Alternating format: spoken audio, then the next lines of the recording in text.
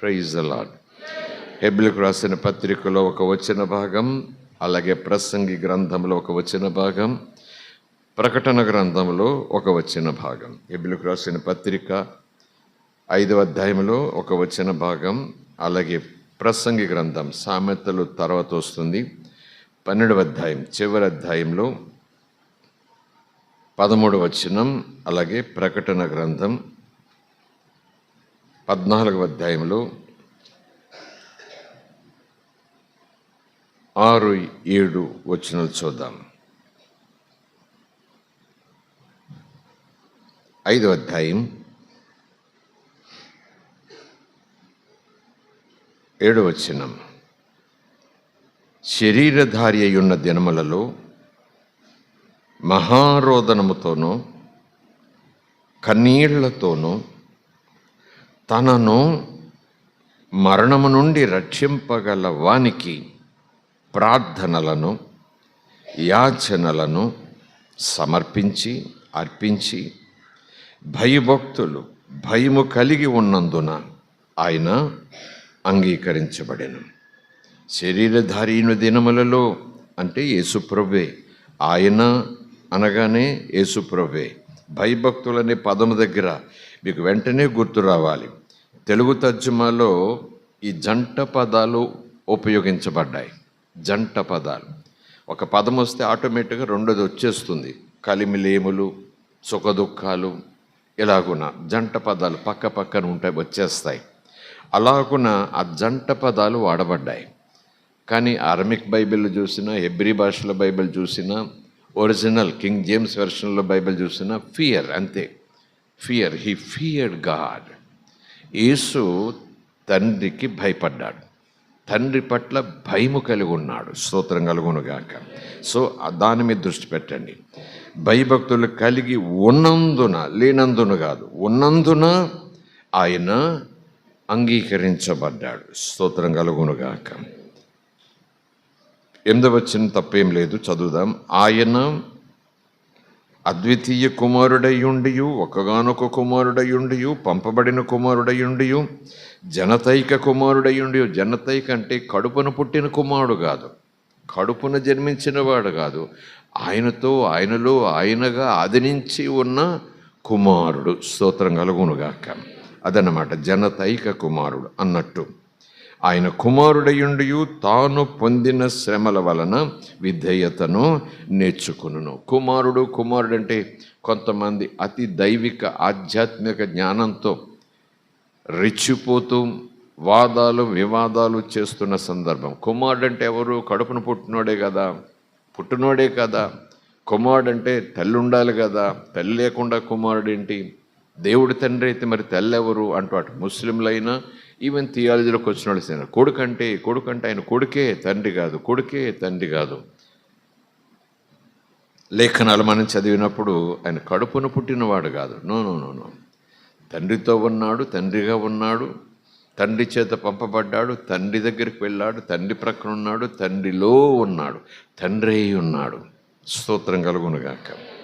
So కుమారుడయుండి తాను పొందిన సుఖముల వల్ల, తాను పొందిన, అలా చూడకండి, తప్పేం కాదు, కావాలని చదువుతున్నాను. అలాగా లేనిది చదవకూడదు కదా. ఉన్నట్టు అంటే లేని చదవట్లేదు, చదివేటప్పుడే మీకు అర్థమైపోవాలి.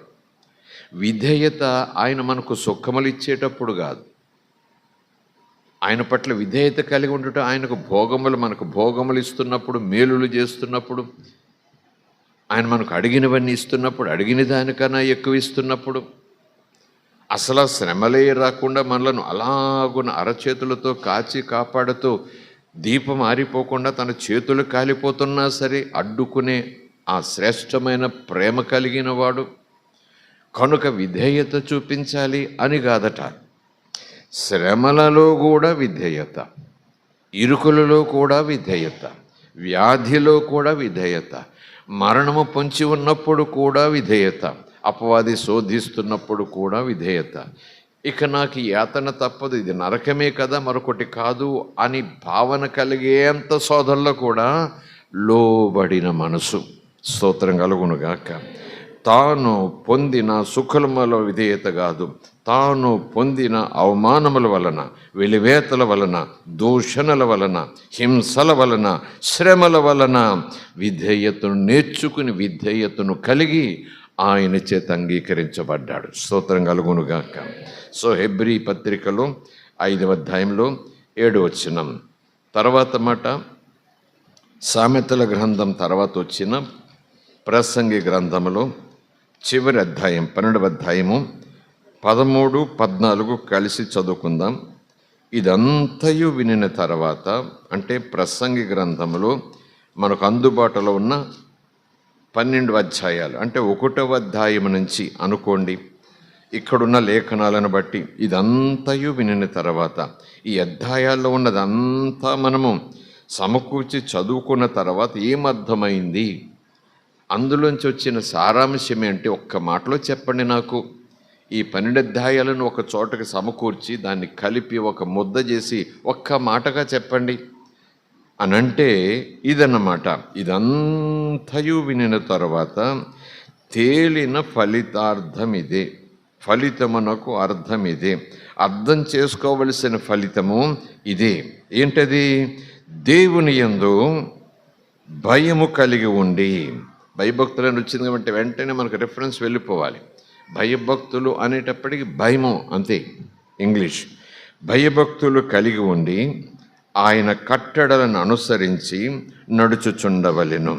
ఆయన కట్టడలంటే ధర్మశాస్త్ర కాలం కాదు కదండి, ధూపదీప నైవేద్యాలు అవసరం లేదు కదండి, ఇతర గంగాళములో ఉన్న నీటితో కాళ్ళు చేతులు కడుక్కోవాల్సిన పని లేదు కదండి, కోడెను, దూడను, పొట్టేలును, గువ్వను, పావురాయిని తీసుకొచ్చి బలిచ్చే విధానాలు లేవు కదండి. ఆ ధర్మశాస్త్రమంతా, కట్టడలన్నీ, నియమాలన్నీ తొలగిపోయాయి కదండి. తొలగిపోయాయి అంటూనే ప్రభు వాటన్నిటినీ ఒక చోటకు సమకూర్చి ఒక్క మాటలో తేల్చేశాడు. అన్ని ఆజ్ఞలు, ధర్మశాస్త్రం అంతా ఇందులో ఇమిడి ఉంది. ధర్మశాస్త్రం అంతా కూడా ఇప్పుడు నేను మీకు చెప్పే ఆజ్ఞలో ఇమిడి ఉంది. ఎన్నో ఆజ్ఞలు కదా ధర్మశాస్త్రం, 1 కాదు, 20 కాదు, 200 కదమ్మో, ఎన్నెన్నో ఆజ్ఞలు ఉన్నాయి, నియమాలు ఉన్నాయి. అవి పాటించకపోతే ఏదో అయ్యేదట. దేవునితో సంబంధం తెగిపోయినంత పని కాదు కదా, అయిపోయేది. మరలా దేవుడు కనికరించి బలి అర్పణ ద్వారా దగ్గర తీసుకుంటే తప్ప అతనికి భవిష్యత్తే లేదు. దేవుని లెక్కలలో నుంచి కొట్టివేయబడేవాడు, నీవు నా బిడ్డవు కాదన్నట్టు. అయితే యేసు అంటారు, యేసు మాటలోనే మనం చూస్తే ఆ ధర్మశాస్త్రం అంతా కూడా ఒక చోటికి మనం సమకూర్చగలిగితే, ఒక వచనంగా మనం సమకూర్చగలిగితే, ఒక్క మాటగా దానిని ఒక కన్సై చేయగలిగితే, జిప్ చేయగలిగితే, బాగా దగ్గర తీసుకొచ్చేయగలిగితే ఇదే ఈ ఆజ్ఞ. ఈ ఆజ్ఞను మీరు పాటిస్తే ఇందులో ధర్మశాస్త్రం అంతా ఇమిడి ఉంది. ధర్మశాస్త్రం అంతా పాటించాల్సిన పని లేదు, ఇది పాటిస్తే అంతా పాటించినట్టే అన్నాడు. స్తోత్రం. ఏం మాట? అన్ని ఆజ్ఞలలో కన్నా ఏది గొప్ప ఆజ్ఞ అని ఒక ధర్మశాస్త్రోపదేశకుడు, ఒక యవ్వనస్తుడు ఆయా సందర్భాలు అడిగిన సన్నివేశాన్ని సువార్తలో మనం జ్ఞాపకం చేసుకుంటే, నీ దేవుడైన యెహోవాను పూర్ణ మనసుతోనూ, పూర్ణాత్మతోనూ, పూర్ణ బలముతోనూ ప్రేమించాలి, సేవించాలి. ఇదియే కడవరి ఆజ్ఞ, నేను చెప్పే ఆజ్ఞ. ఇందులో ధర్మశాస్త్రం అంతా ఉంది, అంతా ఇందులోనే ఉంది. ఇది మీరు చేయగలిగితే ధర్మశాస్త్రం అంతా మీరు పాటించేసినట్టే. స్తోత్రం కలుగునుగాక అన్నారు. సో దానిని బట్టి ఈ సారాంశాన్ని జ్ఞాపకం చేసుకుంటూ వస్తున్న 12వ అధ్యాయం, ఇదంతయు వినిన తర్వాత తేలిన ఫలితార్థమిదే, దేవుని యందు భయము కలిగి ఉండి ఆయన ఆదేశాలు, లోకపాదేశాలు కాదు, పెద్దల ఆదేశాలు కాదు. ఒకవేళ పెద్దల ఆదేశాలు ఆయన ఆదేశాలకు విరుద్ధంగా ఉంటే, లోకపు కట్టుబాట్లు దైవ చిత్తానుసారమైన కట్టుబాట్లకు వ్యతిరేకంగా కంప్లీట్ ఆపోజిట్గా ఉంటే, దేనికి మనం టిక్ పెట్టాలి, ఏది ముందు ఆచరించాలి? లేఖన చెప్తా ఉంది, ప్రభు ఎప్పుడో ప్రకటించేశారు. ఏమనంటే ఈ లోకము చెప్పే నీతి, దానికి సంబంధించిన ఆచారాలు, క్రియలన్నీ కూడా దేవుని దృష్టిలో మురికి గుడ్డలు. ఆ తాత్పర్యాన్ని బట్టి లోకంలో నియమాలు ఉండొచ్చు, అది భక్తికి తగిన నియమాలు అయి ఉండొచ్చు. కానీ దేవుని పరిశుద్ధత, యథార్థత అనే ఆ స్థితి వచ్చేటప్పటికీ అంత మురికి. అందుకే మానవుని నీతి దేవుని చిత్తాన్ని నెరవేర్చదు. దానిని బట్టే ఒక్కడు కూడా నీతిమంతుడు లేడు అని దేవుడు ప్రకటించేశాడు. సో భయభక్తులు కలిగి ఉండి ఆయన కట్టడలను అనుసరించి నడుచుచూ ఉండాలి. నడుచుచూ ఉండాలి. ఆ మాటకు అర్థం ప్రజెంట్ కంటిన్యూస్ టెన్స్. భూతకాలం, వర్తమాన కాలం, భవిష్యత్ కాలం. వర్తమాన కాలంలో ఉన్నాం, భవిష్యత్తు మీద నిరీక్షణ కలిగి ఉన్నాం. ఉపవాస కూటమి రోజు 7 రోజులు ఉపవాసం ఉంటాను. ఆ 7 రోజులు ఆదివారం ఒక్కరోజు నాకు ఇష్టమైతే లేదు నడుస్తూ ఉండాలి. ఎంతవరకు? అంతం వరకు. ఏ అంతం వరకు? నాకు భూమి మీద ఆయుష్కాలం అయిపోయే వరకు. స్తోత్రం కలుగునుగాక. ఆయన కట్టడను అనుసరించి నడుచుచూ ఉండాలి. నడుచుచూ ఉండాలి.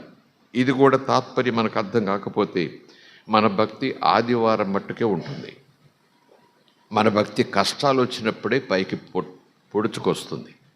బాధలు వచ్చినప్పుడే ఎక్కడ లేని భక్తి కుమ్మరించేస్తాం ప్రభు దగ్గర. తప్పు ఒప్పు పక్క పెట్టండి. మీరైనా నేనైనా సహజంగా ఆపదలు వచ్చినప్పుడు మొక్కుబళ్ళు పెరిగిపోతాయి, కాదనను. కానీ ఆపదలు వచ్చినప్పుడే కాదు కదా, అన్ని సమయములలో కూడా ఆ నియమములలో, ఆయన మార్గములలో మనము నడుచుచూ ఉండాలి. స్తోత్రం కలుగునుగాక. విశ్వాసమును కొనసాగిస్తూ ఉండాలి. కొనసాగిస్తూ విశ్వాసము బలహీనమయ్యే పరిస్థితులు వస్తాయి, విశ్వాసము చేజారిపోయే పరిస్థితులు వస్తాయి, విశ్వాసాన్ని మనం వదిలిపెట్టేసే పరిస్థితులు వస్తాయి. ఏమీ లేదు, నాకు అనవసరం అని కఠినంగా మనమే మనసును రాయి చేసుకుని మాట్లాడేసే పరిస్థితులు వస్తాయి. అయినను కూడా నడుచుచూ ఉండాలి. పౌలు చెప్తారు కదా, అంతము వరకు విశ్వాసము నేను కాపాడుకున్నాను, నా పరుగు చివరికి ముగించాను.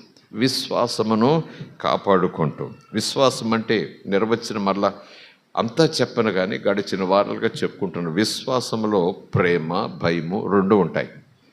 విశ్వాసములో ప్రేమ, భయభక్తులు 2 ఉంటాయి. సో నడుచుచుండవలెను మానవ కోటికి, కోట్లాది మానవులకు, మానవ కోటికి, సకల జాతి ప్రజలకు, సకల భాషల ప్రజలకు, భూమి మీద నరుడన్నవాడు ఎక్కడున్నా సరే, రాజ్యము కలిగి ఉన్నా, ప్రభుత్వం కలిగి ఉన్నా, ఏకాకిగా ఏమీ ఎరుగని వాడి ఉన్నా, బహుశా అందరికీ కూడా ఇది దేవుడు పెట్టిన విధి. విధేయతలో నుంచి వచ్చేదే విధి. విధే విధేయతలోనికి తీసుకెళ్తుంది. విధి లేకుండా విధేయత అనే మాటకు అర్థమే లేదండి. స్తోత్రం కలుగునుగాక. ఒక విధికి మనం లోబడి ఆ విధిని అనుసరిస్తుండగా, ఆ విధికి లోబడి విధేయతను ఇష్టపూర్వకంగా అనుసరిస్తుండగా, ఏడుస్తూ కాదండి, సడుగుతూ కాదండి, గొణుగుతూ కాదండి, ఈశ్వరమంటూ విసుక్కుంటూ కాదండి, ఆ విధిని ఉల్లాసంగా, సంతోషంగా, ఆనందంగా, ఆహ్లాదకరమైన ఆరాధనాభావంతో అనుసరించుట విధేయత. స్తోత్రం కలుగునుగాక. విధికి లోబడుట. విధి అంటే విధిని ఎవరో చెప్పారు, విధాత అంటాం కదా. విధాత ఆదేశించినవాడు, నియమాన్ని పెట్టినవాడు, సృష్టికర్త. స్తోత్రం కలుగునుగాక. మానవులకు, మానవ కోటికి పెట్టిన ఇదే విధి, ఇదే విధి. This is the only thing. 100, 500 ఈ విధి, ఆ విధి, ఈ నియమం, ఆ నియమం, ఈ కట్టడ, ఆ కట్టడ ఉన్నాయి. కానీ మీరు దేవుని పట్ల భయము కలిగి, ఆయన ఆదేశాల పట్ల ప్రేమ కలిగి అడుగుల ముందుకేస్తే ఇవన్నీ మీరు ఆచరించినట్లే. స్తోత్రం కలుగునుగాక అన్నమాట. మానవ కోటికి ఇది ఏ విధి? గూఢమైన, రహస్యమైన ప్రతి అంశం, ఆ విషయంలో దేవుడు విమర్శ చేస్తాడు, పరీక్ష చేస్తాడు, లెక్క అడుగుతాడు. అదన్నమాట. దేవుడు విమర్శ చేయనప్పుడు, పరీక్షించినప్పుడు, విచారణ చేసినప్పుడు, ప్రకటన గ్రంథం చూస్తాం, పుస్తకములు తెరవబడతాయి అన్నట్టుగా లెక్కడిగే సమయం. ఆయన ప్రతి క్రియను, అది మంచిదే కానీ చెడ్డదే కానీ, తీర్పులోనికి తెచ్చును. ఇది ధర్మశాస్త్ర కాలంలో తీర్పు నుంచి తప్పించబడ్డాం కనుక ఆయన విమర్శ చేయడు. అవును, యేసు రక్తం కింద ఉన్నప్పుడు విమర్శ చేయడు, కానీ ప్రభువును నమ్మిన తర్వాత మన విధేయత తీరును ఆయన ప్రశ్నిస్తాడు. మనం ప్రభువును నమ్మినప్పుడు ప్రభువును నమ్మిన వారి వలె ఉండాలి. అంటే మన విధులను బాధ్యతలను ఎరిగి ఆయన మార్గంలో నడిచేవారిగా ఉండాలి. నేత్రదృష్టి లేనివాడు అడ్డదారులు వెళ్ళిపోతాడు, అదే సరైన దారి అనుకుంటాడు. నేత్రదృష్టి ఉన్నవాడు దారులు ఎక్కడికి తీసుకెళ్తాయో, ఏ దారి క్షేమమో ఏ దారి క్షేమం కాదో తెలుసుకుంటాడు. ఒకరు చెప్పక్కర్లేకుండానే తనకు దేవుడిచ్చిన జ్ఞానంతో మంచి మార్గంలో ముందుకెళ్ళిపోతాడు. ఒకప్పుడు మూర్ఖత్వంతో ఉన్నాం. మూర్ఖత్వం అనే ఆ తెర మన కంటికి ఇహలోక దేవత పెట్టేశాడు. ఇహలోక దేవత మన మనోనేత్రములకు గురుడ్డితనము కలగజేసినందువల్ల సత్యం ఎరుగక విన్నవన్నీ, ఎరిగినవన్నీ, అనుకున్నవన్నీ సత్యములు అనుకుంటూ చేతపట్టుకుని అది చేసుకుంటూ అయ్యో నేను భక్తి చేశాను అనుకుంటూ మురిసిపోయాం.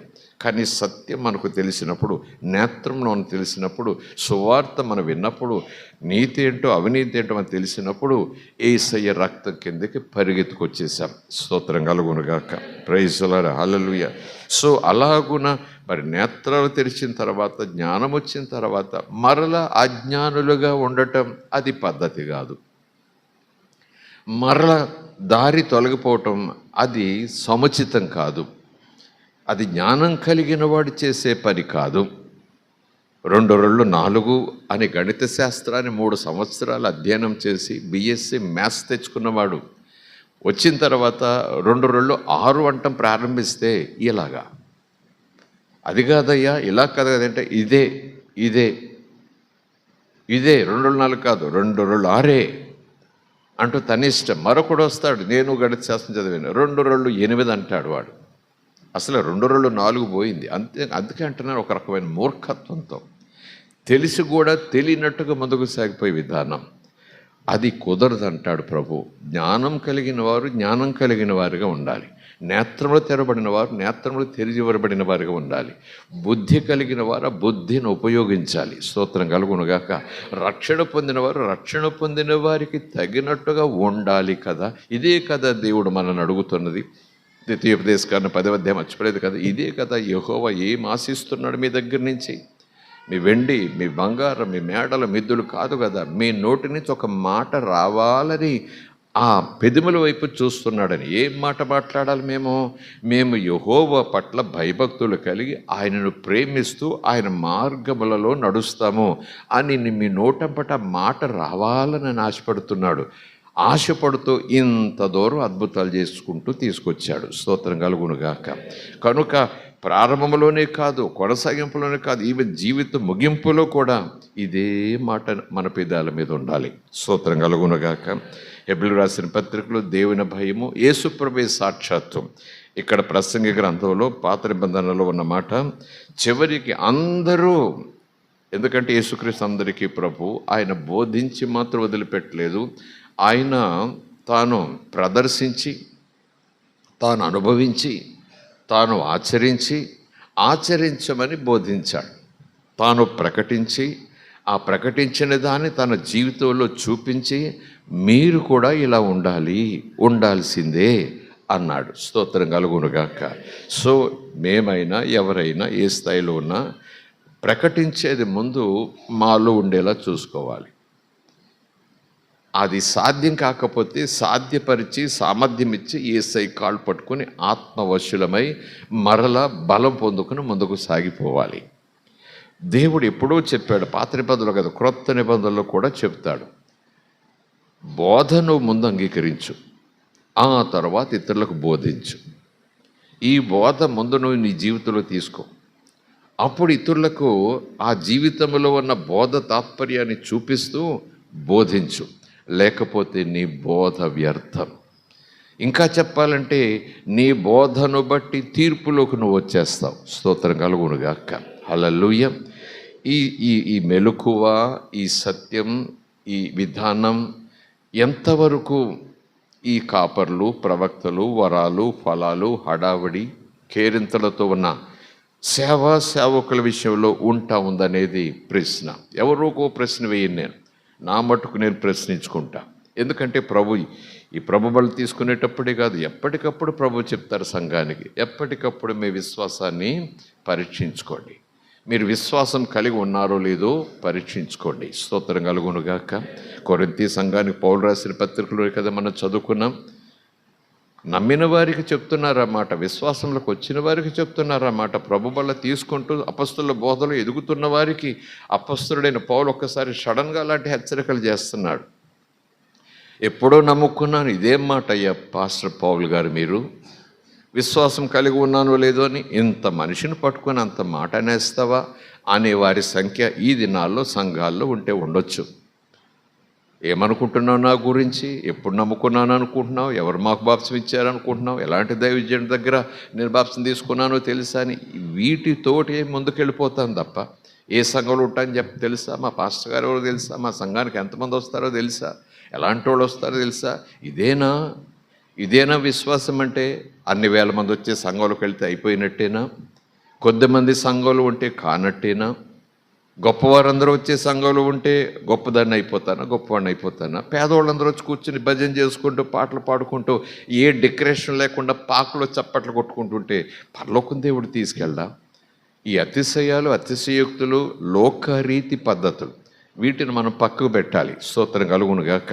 ఎవరి సామర్థ్యాన్ని బట్టి వాళ్ళు మందిరాలు అలంకరించుకుంటూ ముందుకెళ్ళిపోతారు. స్తోత్రం కలుగునుగాక. కానీ 30,000 సంఘమా, 3,000 సంఘమా, ఇంత పెద్ద సంఘమా, అంత ధ్వని సంఘమా, కార్లు వేసుకొచ్చే సంఘమా, కాలినడకతో వచ్చే సంఘమా, కాలికి చెప్పులు లేకుండా వచ్చేవారు ఉండే సంఘమా, ఎవరైతే ఏమైందండి, విశ్వాసాన్ని పరీక్షించుకోండి. స్తోత్రం కలుగునుగాక. ప్రభునది మీ విశ్వాసాన్ని పరీక్షించుకోండి. విశ్వాసం అంటే మరలా వెంటనే ఎక్కడికి వచ్చేస్తున్నాం మనం ఈ ఉదయం చెప్పండి. విశ్వాసం అంటే దేవుని పట్ల నేను భయము, భక్తి కలిగి ఉన్నానా లేదా? స్తోత్రం కలుగునుగాక. ఎవరికి వారే స్వపరీక్ష చేసుకుని ప్రభు బల దగ్గరికి రావాలి అని పౌలు ద్వారా పరిశుద్ధాత్ముడు చెప్పేశారు కదా. స్వపరీక్ష చేసుకోవాలి. నేను మిమ్మల్ని కాదు, మీరు నన్ను కాదు, మనల్ని పరీక్షించేవాడు, పరిశోధించేవాడు యెహోవా, యేసు పరిశుద్ధాత్ముడు. నేరములు మోపడు కానీ తప్పులు ఎంచుతాడు. ఒకటి, నేరములు మోపడు కానీ తప్పులు ఎంచుతాడు. లేఖనానుసారంగానే మనం జ్ఞాపకం చేసుకుందాం. నేరములెంచినవాడు నా నేరము నిమిత్తము నేరగాడిగా నేరము చేయకపోయినా నరక శిక్షను ఆశీల మీద అనుభవించినవాడు. నాలో నేరము లేదట్టే అని చెప్పేస్తాడు. కానీ ఆయనే బిడ్డా నీలో తప్పు ఉంది, సరి చేసుకో అంటాడట. ప్రకటన గ్రంథం అంతా అదే కదండి. 7 సంఘాలు, అందులో 5 సంఘాలకు ఆయన చెప్పాడు చాలా విషయాలు. సంఘమువే మాట్లాడుతున్నావు, సంఘం పేరు మట్టుకు సంఘం, పేరు మట్టుకు నువ్వు ఎలాగున్నావు. కానీ ఏదక్కడ ఉండవలసింది ఏదక్కడ? ఈరోజైనా సరి చేసేసుకో. తప్పు ఒకటి మోపుతున్నాను, సరి చేసేసుకో, తప్పు దిద్దుకో. స్తోత్రం కలుగునుగాక. అది నేరం అయ్యే వెళ్ళదాకా నువ్వు తీసుకెళ్ళిపోవద్దు. చేతులెత్తి ప్రభుకు స్తోత్రం చెబుదాం. హల్లెలూయా. సో ఇదంతా జరిగిన తర్వాత తేలిన ఫలితార్థం ఇదే. మానవ కోటి, ఏ దేశం వాళ్ళు, ఏ జాతి వాళ్ళు. 3వ వచనం, ప్రకటన గ్రంథం 14వ అధ్యాయం 6-7 వచనాలు. అప్పుడు మరి ఒక దూతను చూచి తిని, అతడు భూనివాసులకు అనగా ప్రతి జనమునకు, మానవ కోటి అనేటప్పటికి ఇక్కడికి వచ్చింది ఆ రెఫరెన్స్ అనుకోండి కాసేపు. అప్పుడు మరి ఒక దూతను నేను చూశాను. యోహాను పత్మస్ ద్వీపంలో దర్శనంలో ప్రభు చూపిస్తున్నారు. అతడు భూమి మీదున్న నివసించే వారికి, భూనివాసులకు అనగా ప్రతి జనమునకు, ప్రతి వంశమునకు, ఆయా భాషలు మాట్లాడే వారికిని, ప్రతి ప్రజకును ప్రకటించున్నట్లు నిత్య సువార్త తీసుకుని ఆకాశము మధ్యన ఎగురుచుండెను. స్తోత్రం కలుగునుగాక. ఆ సువార్త ఎవరికి? భూమి మీద నివసించే మానవ కోటికి. ఏ జాతి, ఏ భాష, ఏ ప్రాంతం, వారు వీరనే భేదము ఏమీ లేదు. ఇంతకీ దూత తన ఇష్టానుసారంగా ఎగురుతున్నాడా, ఇష్టానుసారంగా సంచరిస్తున్నాడా? దేవుడు ఆజ్ఞాపించారు. స్తోత్రం కలుగునుగాక. Praise the Lord. హల్లెలూయా. ఈ దూత సంచారం చేస్తూ ఆకాశంలో భూనివాసులందరికీ చెప్తున్నాడు అనే మాటను కొంతమంది ఈ రీతిగా తర్జుమా కాదు, ఇలాగున్న వారు ఏమంటారు చెప్పండి, పోల్చారు. సెటిలైట్స్ వచ్చేసాయి, ఆకాశంలో తిరుగుతూ ఉన్నాయి. లోకరీతివి చూపించే సెటిలైట్స్ ఉన్నాయి, పనికిమాలిని చూపించే సెటిలైట్స్ ఉన్నాయి ఆ ఛానల్స్ని బట్టి. కానీ కొన్ని సెటిలైట్స్ సువార్త ప్రకటిస్తున్నాయి, దేవుని వాక్యం ప్రకటిస్తున్నాయి, ఆకాశంలో తిరుగుతున్నాయి, క్రిందన్న భూనివాసులకు సమాచారం అందజేస్తున్నాయి అన్నట్టు కొంతమంది దాన్ని పోలుస్తారు. దూత అన్నట్టు కావచ్చు. స్తోత్రం కలుగునుగాక. కావచ్చు. ఇంతకా సువార్త ఏంటబ్బా? సువార్త అంటే యేసుక్రీస్తు పాపల కొరకు మరణించాడు, శాపమును కొట్టివేయడానికి వచ్చాడు, శిలువ మీద మరణించాడు, పాపి స్థానంలో తాను పాపము చేయకపోయినా పాపిగా వేళ్లాడాడు. ఇక పాపి పాపములో పడి నరకమునకు పోవాల్సిన పని లేదు. పాపి ప్రాయశ్చిత్త క్రైదనముగా యేసు రక్తం క్రిందకు వస్తే క్షమాపణ అడిగితే యేసు ఆ క్షమాపణ అతనికి అనుగ్రహిస్తాడు. అధికారం యేసయ్యకుంది. నరకం తప్పించుకుంటాడు, తీర్పు నుంచి తప్పించుకుంటాడు అనేదే కదండి సువార్త. దేవుడే మానవ రూపం ధరించుకుని కన్య మరియ గర్భమందు లేఖనానుసారంగా జన్మించింది. ఇదే కదండి సువార్త. అదే సువార్త. మరి ప్రకటన గ్రంథం వచ్చేటప్పటికీ సువార్త మారిందని కాదు, సువార్త వెనుకున్న తాత్పర్యం, సువార్త ప్రకటింప చేయటానికి ఉన్న ఆ దేవుని ఆ గుండె చప్పుడు, విశ్వాసం, ఆ విశ్వాసం యొక్క గుండె చప్పుడు దేవుని పట్ల ప్రేమ, దేవుని పట్ల భయం. స్తోత్రం కలుగునుగాక. దేవుని మార్గం పట్ల ప్రేమ, దేవుని మార్గం పట్ల భయభక్తులు అనేది కదా. ఇక్కడ అదే చెప్తున్నారు. అతడు ఏమంటున్నాడు? మీరు ఎవరు? ప్రతి జనం, ప్రతి వంశం, ఆయా భాషలు మాట్లాడే ప్రతి ప్రజ, మానవ కోటి, మీరు దేవునికి భయపడి ఆయనను మహిమపరచండి. ఆయన తీర్పు పరిశోధించే ప్రతీదీ పరిశీలన చేస్తాడు, ప్రతీదీ పరిశోధిస్తాడు, విచారణ చేస్తాడు, లెక్క అడుగుతాడు. చాలా చాలా చోట్ల ఉన్నాయి. అది మంచిదైనను చెడైనదను. నమ్మిన వారు నమ్మిన తర్వాత, నమ్మని వారు మరొక రీతిగా. స్తోత్రం కలుగునుగాక. అతడు ఏమంటున్నాడు? మీరు దేవునికి భయపడి ఆయనను మహిమపరచండి. ఆయన తీర్చు సమయం, గడియ, గంట వచ్చేసింది కనుక ఆకాశమును, భూమిని, సముద్రమును, జలధారలను కలుగజేసిన సృష్టికర్త మహాదేవుడు, ఆయనకే నమస్కారం చేయండి అని గొప్ప స్వరముతో చెప్పుతుండెను, చెప్పాను. స్తోత్రం కలుగునుగాక. ఎందుకు ఈ వచనాలను ఇలాగున మనం కలిసి ధ్యానం చేసుకుంటున్నామంటే, దేవుని పట్ల భయము కలిగి ఉండుట అనేది సంఘానికి ఒక గుండె చప్పుడు మాదిరిగా ఉండాల్సిందే. భయం అంటే మరొకలాగా వెళ్ళిపోకండి. రివరెన్స్, అపారమైన పూజ్యభావం, అంటే ఎక్స్ట్రాడినరీ ఒబీడియన్స్, విధేయత. ఆ విధేయత గురించే, ఆ విధేయత కలిగిన వాడు ప్రేమ లేదా భయభక్తులు కలిగి ముందుకు సాగిపోతాడు. విశ్వాసము కాపాడుకుంటుని అంటే బైబిల్ పట్టుకునే కూర్చున్నాను అన్నట్టుగా కొంతవరకు మనకు అర్థమవుతుంది. శిలువ చేత్తోనే పట్టుకున్నాను, క్యాలెండర్ లాగా ఉంచుకున్నాను, అంతవరకు కాదు. చాలా ఆపదలు వస్తాయి, మరణాపాయాలు వస్తాయి, వెలివేయి బట్టలు వస్తాయి. ఇంకేమీ లేదు. నువ్వు యేసుని నమ్ముకుంటే నిన్ను బ్రతకనివ్వం.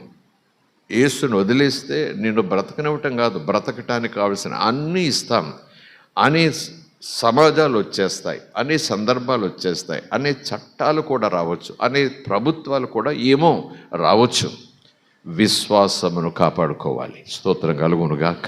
దేవుని మానికి స్తోత్రం.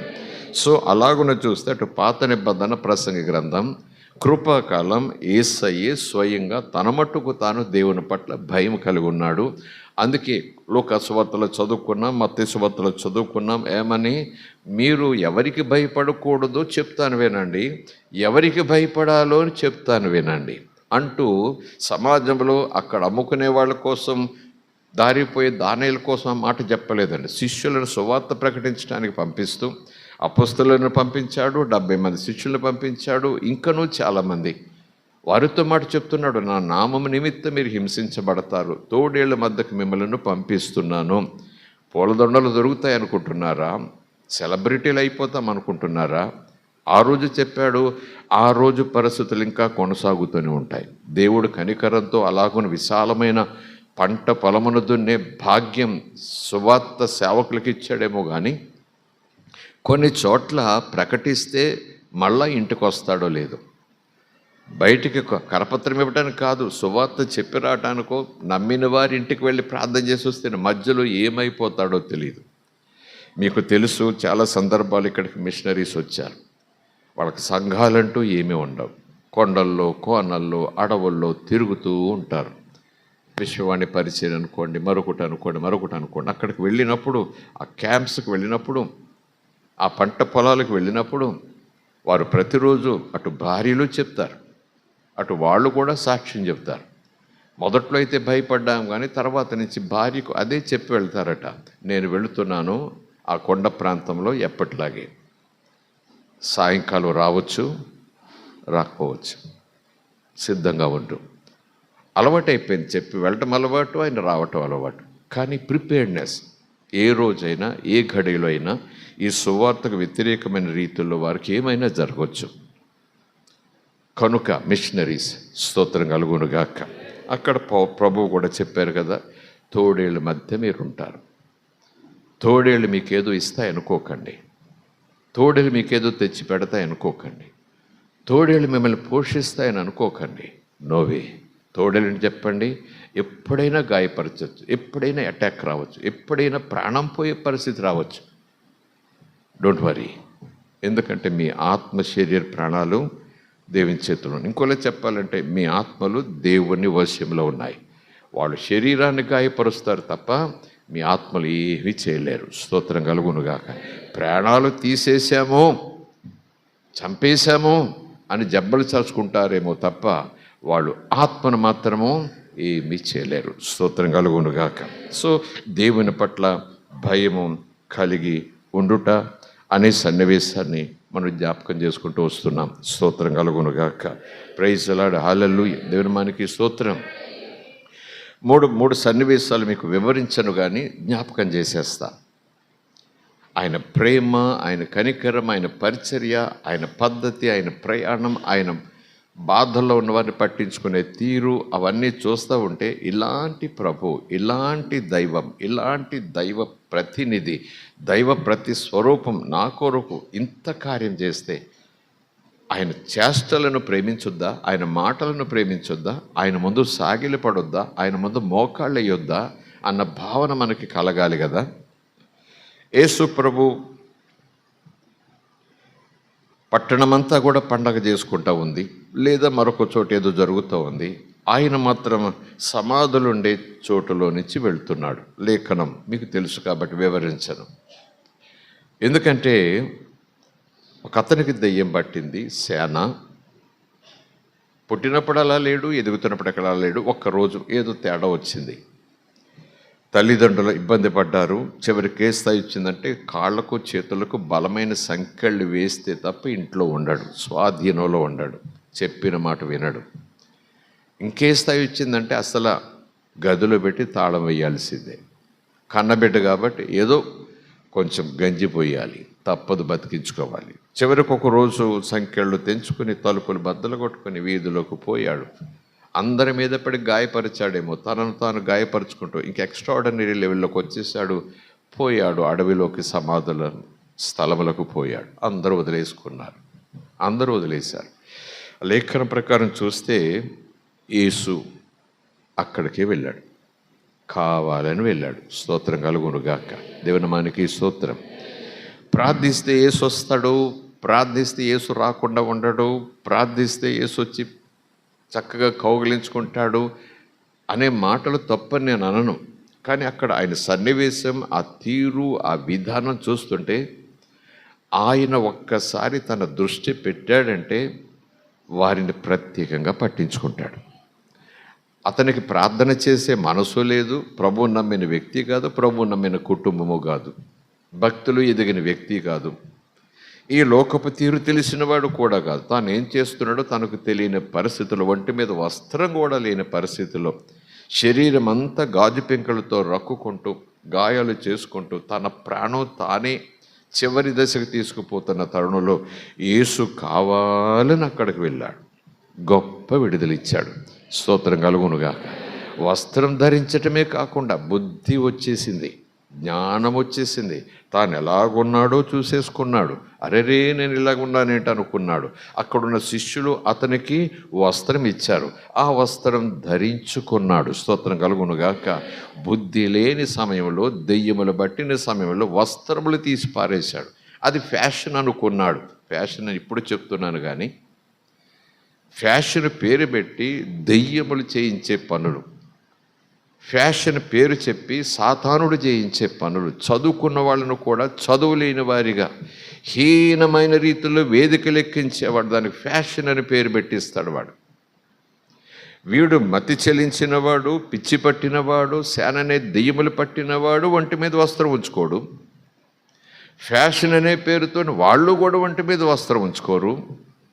వీళ్ళకేమో లోకం చప్పట్లు కొడుతుంది, ఇతన్నేమో లోకం రాళ్లతో కొట్టి అడవిలోకి తరిమేస్తుంది. ఆ టెక్నిక్ చూడండి, అపవాది తంత్రములను. ఇక్కడేమో రాళ్లతో కొట్టిస్తాడు, అప్పుడు అపవాదికి జయమే వస్తూ ఉంది. అక్కడ వాడికేమో ఏలలు వేయిస్తాడు, దేవుని నామాన్ని అవమానపరిచేలాగున. రెండు వాడి చేసే పని, రెండు వాడి చేసేవే. Unless we know the truth, దాని వెనకాలన్న ప్రయత్నం, ఆ శక్తి, ఆ రీతి, ఆ జ్ఞానం, ఆ సలహా, ఆ విధానం నేర్పేవాడు ఎవడు? ఆ ఫ్యాషన్ పుట్టించిన వాడెవడు? అది సృష్టించిన వాడెవడు? ఈ రోజులు అదే కదండి ఫ్యాషన్ పీరియడ్, అదే కదండి కోట్లాది రూపాయలు. ప్రపంచంలో అందగత్తట, ప్రపంచంలో అందగాడట, దేశానికి అందగత్తట, దేశానికి అందగాడట. వస్త్రాలు ఎలాగుంటాయి? ఏం చేస్తారు వాళ్ళు? ఏంటది? దేవుడు కోరుతున్నాడు. దేవుడిచ్చిన సౌందర్యాన్ని బజార్లో పెట్టినటువంటి పరిస్థితి, దేవుడిచ్చిన సౌందర్యాన్ని దేవుని పాదాల దగ్గర పెట్టి ఆరాధన చేసే స్థితి లేని జ్ఞానం అనుకుంటున్న మూర్ఖత్వం. ఇంకా చెప్పాలంటే దెయ్యములు పట్టిన రీతిలో చెడిపోవటం. ఈ దేవుని పరిచర్య చేసే వారిలో ఒక వరము, అంటే దెయ్యములను విడిపించే వరం, డెలివరెన్స్ మినిస్ట్రీ అంటారు, పరిచర్య. వాళ్ళు ఎక్కువగా చెప్పేది, దైవజనులు ఎక్కువగా చెప్పేది ఇదే: ప్రతి చెడు కార్యం వెనుక అపవాది ఉంటాడు, ప్రతి మంచి కార్యం వెనుక దేవుడు ఉంటాడు. స్తోత్రం కలుగునుగాక. ప్రతి చెడు తలంపు వెనుక అపవాది ఉంటాడు, ప్రతి మంచి తలంపు వెనుక దేవుడు ఉంటాడు. స్తోత్రం కలుగునుగాక. అక్కడే మనము జల్లించేసుకోవాలి, అక్కడే మనం మెలకువలోకి వచ్చేసేయాలి, అక్కడే మనము యేసు రక్తం కిందకు వచ్చేసేయాలి. అక్కడే మనం ప్రభుకు చిన్న ప్రభా కాపాడు, ప్రభా సహాయం చేయి, యేసు అన్నా సరిపోతుంది, అంత చీకటి తొలగిపోతుంది. స్తోత్రం కలుగునుగా. ప్రైజ్ ది లార్డ్, హల్లెలూయా, దేవుని నామానికి స్తోత్రం అంటూ ఇలాగని చెప్పుకుంటూ వస్తారు. యేసు లోపలికి వచ్చారు, దెయ్యము కూడా లోపల ఉంటుందని కొంతమంది దైవజనులు అంటారు, యేసయ్య దెయ్యము ఒకే గదిలో షేర్ చేసుకోరని అంటారు కొంత దైవజనులు. నీవు దేవునికి మందిరమై ఉండగా, నీ శరీరం పరిశుద్ధాత్మ మందిరమై ఉండగా, నీలో దెయ్యం కూడా ఎలాగుంటుంది? How can a holy God can share his temple with the enemy, with the sin? Share చేసుకోలేడు కదా. నువ్వు ఈ పార్ట్లో ఉండు, నేను ఈ పార్ట్లో ఉంటా, లేదా నువ్వు ఈ పార్ట్లో ఉండు, నువ్వు ఈ పార్ట్లో యేసయ్యని పెట్టుకున్నా అనకూడదు అన్నం. కానీ ఎక్కువగా దైవజనులు చెప్పేది, వాడు లోపలికైతే వచ్చి మన ఆత్మను స్వాధీనం చేసుకోడు, కానీ మన మీద ప్రభావం చూపిస్తాడు, మనలను స్వాధీనం చేసుకుంటాడు, మన మాటను స్వాధీనం చేసుకుంటాడు, మన చేత ఏమైనా చేయిస్తాడు. కానీ మన ఆత్మ మీద వాడికి అధికారము లేదు. యేసు ఎప్పుడూ తాను అధికారం తీసేసుకున్నాడు. స్తోత్రం కలుగునుగాక. Praise the Lord, hallelujah. ఈ వచనం మీకు తెలియదని కాదు, లేదా మీకు అర్థం కాదని కాదు, కానీ ఆలోచన చేస్తే యేసుప్రభు అంటున్నాడు, మనుష్య కుమారుడిని పట్టుకుంటారు, శోధిస్తారు, హింసిస్తారు, కొరత వేసేస్తారు, ఆ సమయం వచ్చేసిందని శిష్యులతో చెప్తుంటే పేతురు చాలా హుషారుగా దగ్గరకు వచ్చి చేయి పట్టుకున్నంత పనిచేసి, నోవే, నీకు అలా జరగటానికి వీల్లేదు, అస్సలు జరగటానికి వీల్లేదు, నీకు జరగకుండా ఉండునుగాక అని అంటే యేసు ఒక విచిత్రమైన మాట మాట్లాడాడు. ప్రియ శిష్యులు, చేపలు పట్టుకుంటున్నప్పుడు మిమ్మల్ని మనుషులు పట్టుకుని జాలలుగా చేస్తానని ఎన్నెన్నో రీతులుగా ఎన్నో అద్భుతమైన అనుభవాలు చూపిస్తూ చేయిస్తూ ఎన్ని సంగతులు నేర్పించాడు. పళ్ళెత్తి ఒక మాట అనలేదండి. అవిశ్వాసంతో ఎంతకాలం ఉంటారు, ఇంత అల్ప విశ్వాసంతో ఎంతకాలం ఉంటారు, ఇలా నిద్రపోతూ ఉంటే ఎలాగా, ఇదే తప్ప పళ్ళెత్తి ఏ మాట మాట్లాడలేదండి. యూస్లెస్ ఫెలో అని కూడా అనలేదండి. మీరు ఎందుకు పనికిరారు, మీరు అస్సలు నాకు పనికిరారని కూడా సరదా కూడా అనలేదండి. ఎందుకు అనలేదు? 5వ అధ్యాయం మత్తయి సువార్తలో ఎవరు కూడా సహోదరుని వ్యర్థుడా అనకూడదు. వ్యర్థుడా అంటే యూస్లెస్ ఫెలో అని, నీ వల్ల ఎవరికి ఉపయోగం లేదు అన్నట్టు. ఎవరు కూడా సహోదరుని వ్యర్థుడా అనవద్దు అంటాడు యేసుప్రభు. అలా బోధ చేసిన యేసుప్రభు వ్యర్థుడా అంటాడా? లేదు. అల్ప విశ్వాసులారా, స్తోత్రం కలుగునుగాక. అలాగ ఈ వచనాలన్నీ, ఈ సందర్భాలన్నీ సన్నివేశం జ్ఞాపకం చేస్తూ యేసు పేతురు ఆ మాట అన్నప్పుడు ఒక మాట అన్నాడు. కోపంతో అన్నాడా, మర్మంగా అన్నాడా, అవన్నీ అలా ఉంచండి. సాతానా పో నా వెనక్కి, పో వెనక్కి. Get the behind me. Behind అంటే వెనక్కిపో. సాతానా, పేతురు మాట్లాడాడు. సాతానా అంటే పేతురు యేసయ్య స్వాధీనంలో ఉన్నాడు. పేతురు కూడా బాప్తిసం తీసుకున్నాడు. పేతురు కూడా పరిశుద్ధాత్మ ఊపిరి ఊదగా ఆత్మచేత వాక్యం చేత యేసుప్రభు ఇచ్చిన అధికారంతో వెళ్ళి కార్యాలు చేసుకొస్తున్నాడు. అంటే అపొస్తలుల కార్యంలో ఆదరణకర్త అప్పుడు వచ్చారు. అంతవరకు యేసు భూమి మీద ఉన్నాడు కనుక యేసు మాట చొప్పున, యేసు ఇచ్చిన ధైర్యం చొప్పున, యేసు ఊదిన స్థితిని చొప్పున వారు వెళ్ళి కార్యాలు చేసుకొచ్చేస్తున్నారు. పేతురైతే యేసయ్యతో ఉన్నాడు, పేతురైతే యేసయ్య సేవకుడుగా ఉన్నాడు, పేతురైతే యేసయ్య చెప్పిన పని చేయడానికి వచ్చాడు. పేతురైతే అందరిలాగానే పోలేదు, నేను పోవటానికి రాలేదు, నీతో ఉండిపోవటానికి వచ్చాను అన్నాడు. ఆ పేతురు వైపు చూస్తూ పేతురేదో అంటే సాతానా అంటున్నాడు. అంటే అర్థమని చెప్పండి, సాతానుడు లోపల కాదు, సాతాను ఆవరింపు, సాతాను ప్రభావం, సాతాను పొజిషన్. స్తోత్రం, హల్లెలూయా, దేవుని నామానికి స్తోత్రం. It is possible. అది జరిగినప్పుడు, ఆ స్వాధీనంలోకి మనం వెళ్ళిపోయినప్పుడు అంతే, మరలా ఏం చెప్పలేం, అంతే. కానీ దేవుని మహాకృప చొప్పున అది తప్పని, అది కూడదని, అది ఇది కాదని అని ఎరిగినప్పుడు వెంటనే ప్రభు దగ్గర వేడుకున్నప్పుడు ఏం చేస్తాడు చెప్పండి? వెంటనే ప్రభు ఆవరింపు నుంచి విడిపించేస్తాడు, ఆ చీకటి నుంచి తప్పించేస్తాడు, లేవనెత్తేస్తాడు. అందుకే 1 యోహాను పత్రికలో 1వ అధ్యాయంలో చూసినా, 2వ అధ్యాయం ప్రారంభంలో చూసినా, సహోదరులారా మీరు పాపము చేయకుండా ఉండాలి, అది దేవుని చిత్తం, అలా ఉండి తీరాలి. అయినా మీరు పాపం చేయకుండా, మరలా పాపం చేయకుండా ఉండు నిమిత్తం మీకు ఒక విషయం చెప్తారు వినండి అంటూ ప్రభు పాపముల కొరకు ప్రాయశ్చిత్తమై ఉన్నాడు. లోకమునకు సమాధానం తీసుకొచ్చే రీతిలో ఉన్నాడు. లోకమునకే కాదు, మన పాపములకు కూడా ఆయన సమాధానం ఇచ్చే స్థితిలో ఉన్నాడు. స్తోత్రం కలుగునుగా. అది అటు ఇటుగా చదువుకోకూడదు, వాక్యంగానే చదువుకుంటే ప్రయోజనం ఉంటుంది. 1 యోహాను పత్రిక సందర్భం వచ్చింది కాబట్టి చదువుకుందాం. హెబ్రీయులకు రాసిన పత్రిక, యాకోబు రాసిన పత్రిక, పేతురు రాసిన పత్రిక, తర్వాత యోహాను రాసిన 2వ పత్రిక దగ్గరికి వద్దాం. మొదటి పత్రిక 2వ అధ్యాయం. నా చిన్న పిల్లలారా, మీరు పాపము చేయకుండుటకై ఈ సంగతులను మీకు వ్రాస్తున్నాను.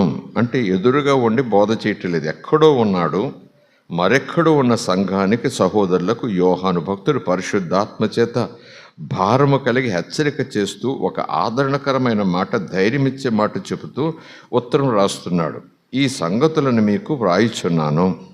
ఎవడైనను, చిన్నపిల్లలారా, మీలో ఎవడైనను పాపము చేసిన ఎడల నీతిమంతుడైన యేసుక్రీస్తు అను ఉత్తరవాది తండ్రి యొద్ద మనుకున్నాడు. ఎవడైనా అంటే ఎవరు గురించండి? ఈ వచనం చదివినప్పుడు మొదట ఎవడైనను అంటే నమ్మినవారు కాదండి, లోకంలో నమ్మినవారు ఎవడైనా సరే పాపం చేస్తే ఇదిగో నీతిమంతుడని యేసుక్రీస్తు అని ఉత్తరవాది ఉన్నాడని వాళ్ళ కోసం అండి. నమ్మిన వారు పాపం చేస్తే వాళ్ళ కోసం కాదండి అన్నట్టు అనుకోవచ్చు. మరి చివరి మాట ఎవరితో మాట్లాడుతున్నాడు? చివరి పదం యేసుక్రీస్తు అనే ఉత్తరవాది తండ్రి యొద్ద ఎవడు వాడికి ఉన్నాడు, కాదు, ఎవరు మనకున్నాడు. స్తోత్రం కలుగునుగాక. అంటే అర్థం చేసుకోవాలి, ఎవరికైనా అంటే రక్షణ పొందినవాడు పాపం చేస్తే దేవుడు కొట్టేస్తాడు. రక్షణ పొందినవాడు ఎవడైనా చిన్నపిల్లలు తెలుసుకోండి, ఎవడైనా పాపం చేస్తే, ఎవడైనా పాపములో ఉంటే నీతిమంతుడిని యేసుక్రీస్తు అనే ఉత్తరవాది, సమాధానం ఇచ్చేవాడు, వాళ్ళ పక్షముగా బ్రతిమలాడేవాడు, వాళ్ళని పరిశుద్ధపరిచేవాడు తండ్రి యొద్ద ఉన్నాడు అనటలేదు. ఎవడైనా అంటూ మీరైనా ఒకవేళ అంటే అప్పుడు అంటున్నాడు మనకున్నాడు, నీకున్నాడు. కనుక 1 యోహాను పత్రిక 1వ అధ్యాయం, కనుక అతిక్రమము దాచిపెట్టుకోకుండా తండ్రి దగ్గర యేసు దగ్గర ఒప్పేసుకో, ఆయన కడిగేస్తాడు. ఆ ప్రభావం నుంచి, ఆవరింపు నుంచి, ఆ చీకటి నుంచి, ఆ గలీజు నుంచి విడిపించేస్తాడు. మరలా నిన్ను శుద్ధ సువర్ణంగా లేపేస్తాడు. యేసు రక్తం జయం. Praise the Lord. హల్లెలూయా. దేవుని మనకి స్తోత్రం. Hallelujah. Praise the Lord. Hallelujah. ఇలాగున అపవాది తంత్రములతో మనల్ని పడగొట్టి చెడగొట్టి ప్రభుకు దూరం చేసే ప్రయత్నం చేసే ఆ సందర్భంలో మనం మాత్రం చాలా మెలకుగా, విధేయతగా, విశ్వాసంతో ముందుకు ఖచ్చితంగా సాగిపోవాలి. విశ్వాసం కలిగి ఉండాలి, భయము కలిగి ఉండాలి, దేవుని పట్ల భయభక్తులు కలిగి ఉండాలి. యేసయ్య కలిగి ఉన్నాడు. ఇట్లా ప్రకటన గ్రంథంలో కూడా యుగాంతమందు ప్రభు అదే చెప్పిస్తున్నాడు. చివరికి అంతా పాత నిబంధన అంతా ఒక చోట పోగేస్తే అనుకుంటే, క్రొత్త నిబంధన అంతా పోగేసి యేసు దగ్గరికి తీసుకొస్తే, ఇక జరగబో భవిష్యత్తు అంతా పోగేసి ఒక చోట తీసుకొస్తే తేలిన ఫలితం ఏంటంటే దూత. నూతన నిబంధన, యేసు, కృపాకాలం అంతా పోగేసి తేలిన ఫలితం ఏంటంటే యేసయ్య దేవుని పట్ల భయం కలిగి ఉన్నాడు. ప్రకటన గ్రంథం మొత్తం చివరి దశ, యుగాంతం, తేలిన ఫలితం ఏంటంటే దూత కూడా అదే మాట చెప్తాడు. పాత నిబంధన అంతా పోగేస్తే తేలిన ఫలితం ఏంటంటే మానవ కోటి దేవుని పట్ల భయము, అపారమైన గౌరవం, పూజ్యభావం కలిగి ఉండాలి. స్తోత్రం కలుగునుగాక. ఎక్కడున్నా మనము యేసు ప్రభు ఎవరి దగ్గరికి వెళ్ళాడు, ఏం చేశాడు అనే చోటును ధ్యానం చేసుకుంటూ వచ్చాం కదా. అపవాది పట్టేశాడు సేన, తాను ఏం చేస్తాడో తెలియలేదు. ఎప్పుడైతే బుద్ధి వచ్చిందో, ఎప్పుడైతే కళ్ళు తెరవబడ్డాయో, ఎప్పుడైతే ఆ సాతాను వచ్చారో, ఆ సేన పోయింది, పందుల్లోకి పోయి పారిపోయింది అనుకోండి, అది వేరే సబ్జెక్ట్.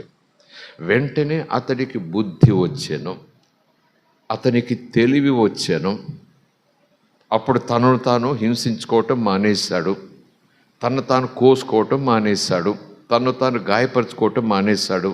అది తప్పని తెలిసింది, అది తనకు క్షేమం కాదని తెలిసింది.